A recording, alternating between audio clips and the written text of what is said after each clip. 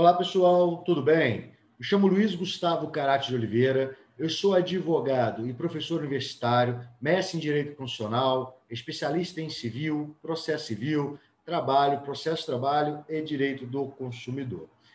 Moçada, no vídeo de hoje, então, nós vamos entender como funciona a execução de alimentos, como funciona o rito da penhora, como funciona o rito da prisão, como funciona a diferença entre execução e cumprimento, o que pode e o que não pode ser cumulado. Então, moçada, o vídeo de hoje ele tem como objetivo desvendar a respeito do tema execução de alimentos. Joia? Então já sabe, né? Puxa uma cadeira, pega um café, já curte aí e se inscreve no nosso canal para que você possa estar sempre atualizado a respeito dos nossos vídeos. Joia? Então vamos lá, moçada.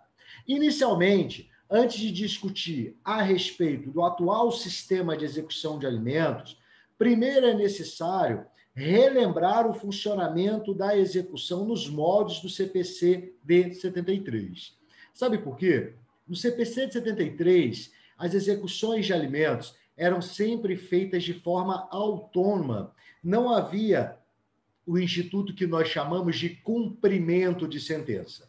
Mesmo sentenças transitadas em julgadas, elas eram processadas, então, através da execução. Não havia, então, a modalidade de cumprimento de sentença de alimentos no Código de Processo Civil de 73. Esse é o primeiro ponto que chama atenção.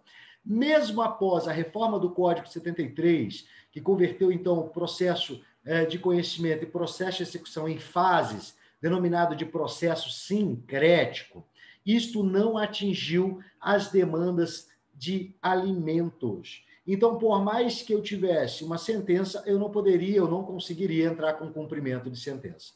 Além disso, nós tínhamos dois procedimentos previstos no artigo 782 e 783. O que diferenciava um de outro? Apenas o lapso temporal do débito alimentar. Ou seja, na execução, até 3 meses de atraso, eu então ingressaria com a execução de alimentos pelo rito da prisão civil, expresso então no artigo 783. As parcelas superiores às 3 últimas parcelas poderiam ser cobradas através da penhora. Qual que é a principal questão que nós temos que relembrar do CPC de 73? Que era possível manejar várias execuções ao mesmo tempo.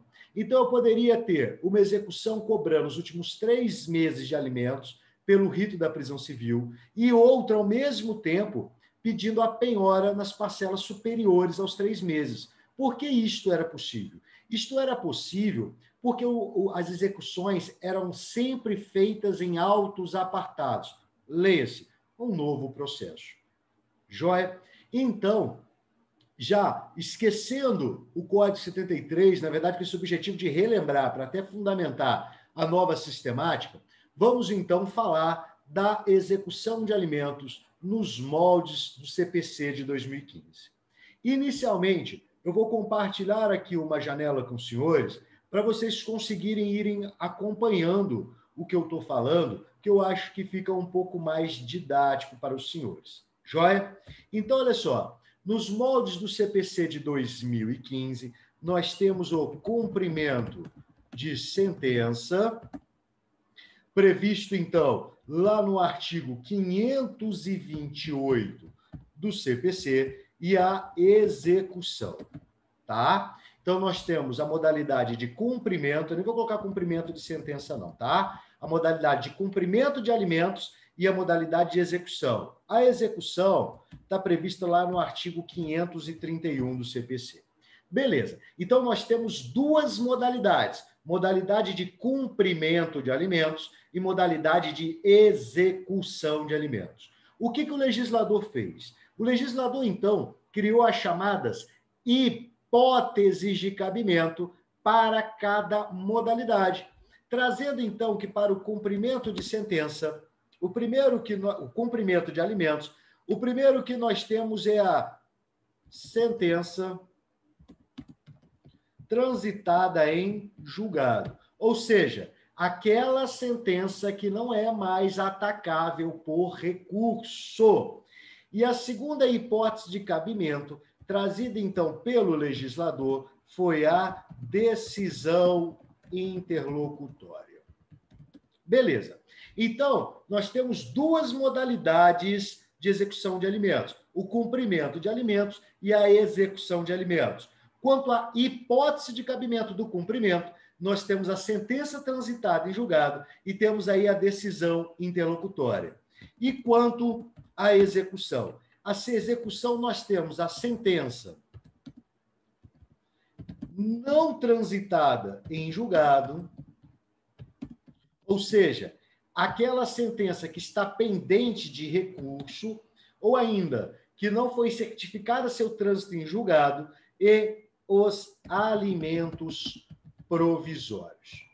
Moçada, vamos lá. Primeiro, vamos entender modalidades: cumprimento e execução. Cumprimento sempre feito nos próprios autos, enquanto a execução feito em autos apartados. Leia-se um novo processo.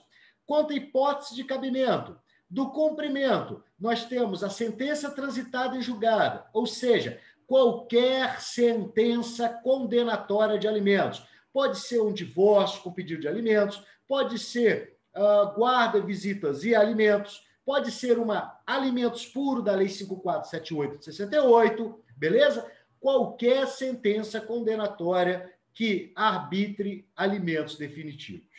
Além disso, decisão interlocutória. Deixa isso aí que já vou explicar.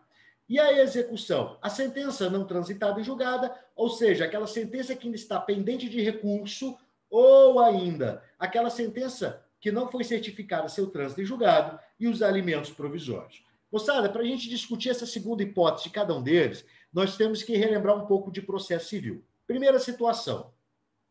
O que é uma decisão interlocutória?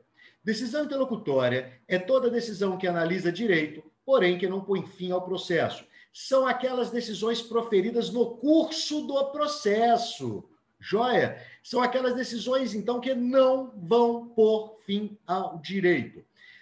Relembrando um pouco mais, nós temos 3 tipos de decisão em processo civil. Despacho, que são as decisões de mero expediente, que só servem para impulsionar o processo, o impulso oficial, só serve para andar, não tem análise de direito. Temos a decisão interlocutória, que é aquela decisão que analisa direito, porém não põe fim ao processo. Ela é tomada no curso do processo. E temos a sentença, que é a decisão que põe fim ao processo de execução e ao processo de conhecimento. Joia? Agora, olha só, o que são os chamados alimentos provisórios? Moçada, alimentos provisórios são aqueles previstos, então, na Lei de Alimentos, lá no artigo 4º, que diz que o juiz fixará desde logo, da propositura da ação de alimentos, os alimentos provisórios. São aqueles alimentos concedidos em caráter precário, em caráter liminar. Nós também chamamos a decisão de alimentos provisórios de uma tutela de urgência nominada, ou seja, uma tutela de urgência com nome próprio, tá? E aí surge a primeira questão. Se a decisão interlocutória é toda decisão tomada no curso do processo que não põe fim ao processo, e alimentos provisórios é uma decisão interlocutória, o que o legislador quis fazer com isso? Ou seja, então eu tenho a opção para propor, se eu tiver uma decisão de alimentos provisórios, eu posso tanto propor o cumprimento, tanto a execução? Não, não pode fazer isto. Olha só, o que o legislador quis fazer com isso? Lembrando que o legislador não precisa ter formação em direito. Então, muitas das vezes, eles escrevem textos jurídicos que recai a nós, os operadores do direito, a tentar entender o que ele quis dizer. Então, eu apelidei esta decisão interlocutória, referida no artigo 528, de decisão interlocutória não nominada, ou seja, é uma decisão interlocutória que não tem nome próprio. Enquanto os alimentos provisórios, ela é uma decisão interlocutória nominada, ou seja, é uma decisão interlocutória que recebe nome próprio. Primeira questão. Segunda, toda decisão de alimentos provisórios decorre de uma ação de alimentos. Todas, professor, todas. todas as decisões de alimentos provisórios obrigatoriamente decorrem de uma ação de alimentos. Aquela mesmo, prevista na Lei 5478 de 68. Aquela mesmo. Joia?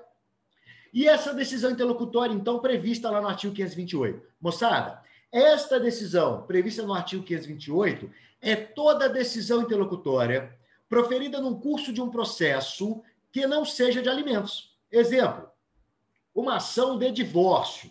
É pedido a ação de divórcio e não é baseado na lei de alimentos. O juiz profere, então, uma decisão interlocutória que, no curso daquele divórcio, o cônjuge varão deverá pagar a cônjuge varoa, sei lá, um salário mínimo.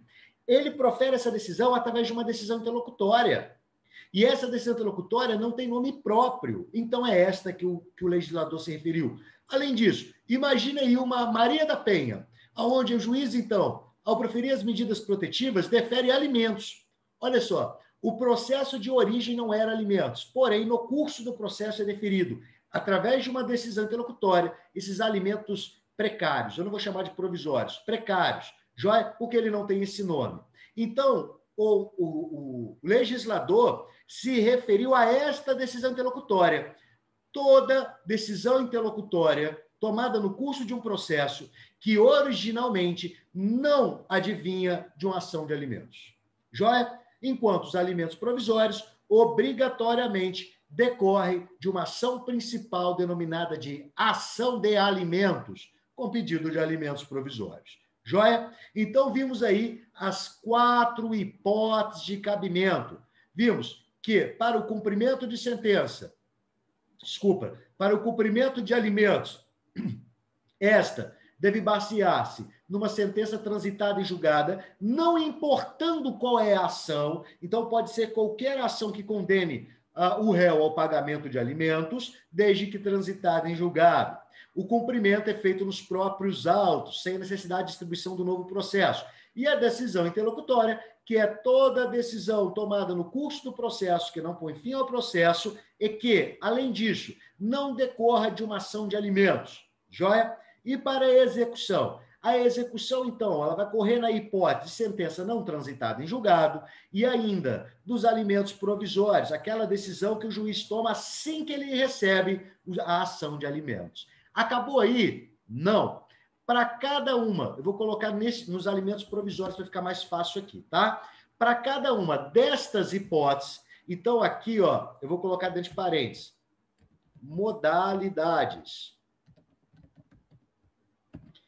Aqui, hipóteses. E, por fim, deve ser analisado o rito. Então, olha a sistemática do novo CPC. Então, modalidades, nós temos cumprimento e execução. Hipóteses, nós temos sentença transitada em julgado e decisão interlocutória, sentença não transitada em julgada e alimentos provisórios. Quanto ao rito, nós temos 2 ritos no novo CPC, joia? O rito da coerção pessoal, que nós chamamos de penhora, e o rito da coerção pessoal, que nós chamamos de prisão. Então, para cada uma destas hipóteses, eu ainda vou ter os ritos, joia? Professor, como é que eu vou saber que rito eu vou seguir? E aqui mora o grande segredo quando a gente discute execução no novo CPC. Moçada, o novo CPC permitiu, então, a propositura de execução ou de cumprimento a partir de 30 dias do débito alimentar. Ou seja, uma única parcela eu já posso ingressar com execução ou cumprimento. Primeiro detalhe, uma parcela. Quanto ao rito, diferentemente do CPC 73, que era possível acumular ritos dentro do mesmo processo, vírgula, porque eu tinha processos autônomos, o novo CPC não permite acumulação de ritos. Não, professor.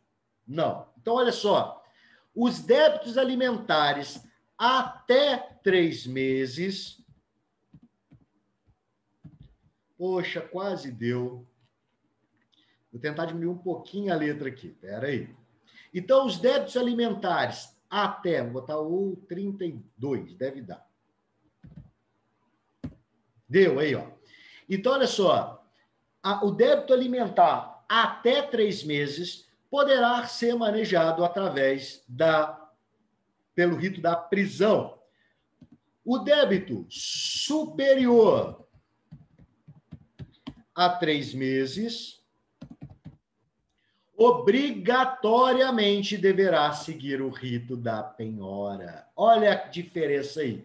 Então, eu não posso hoje cobrar 3 meses pelo rito da prisão e o restante pelo rito da penhora. Então, é impossível cumulação de ritos dentro do mesmo procedimento.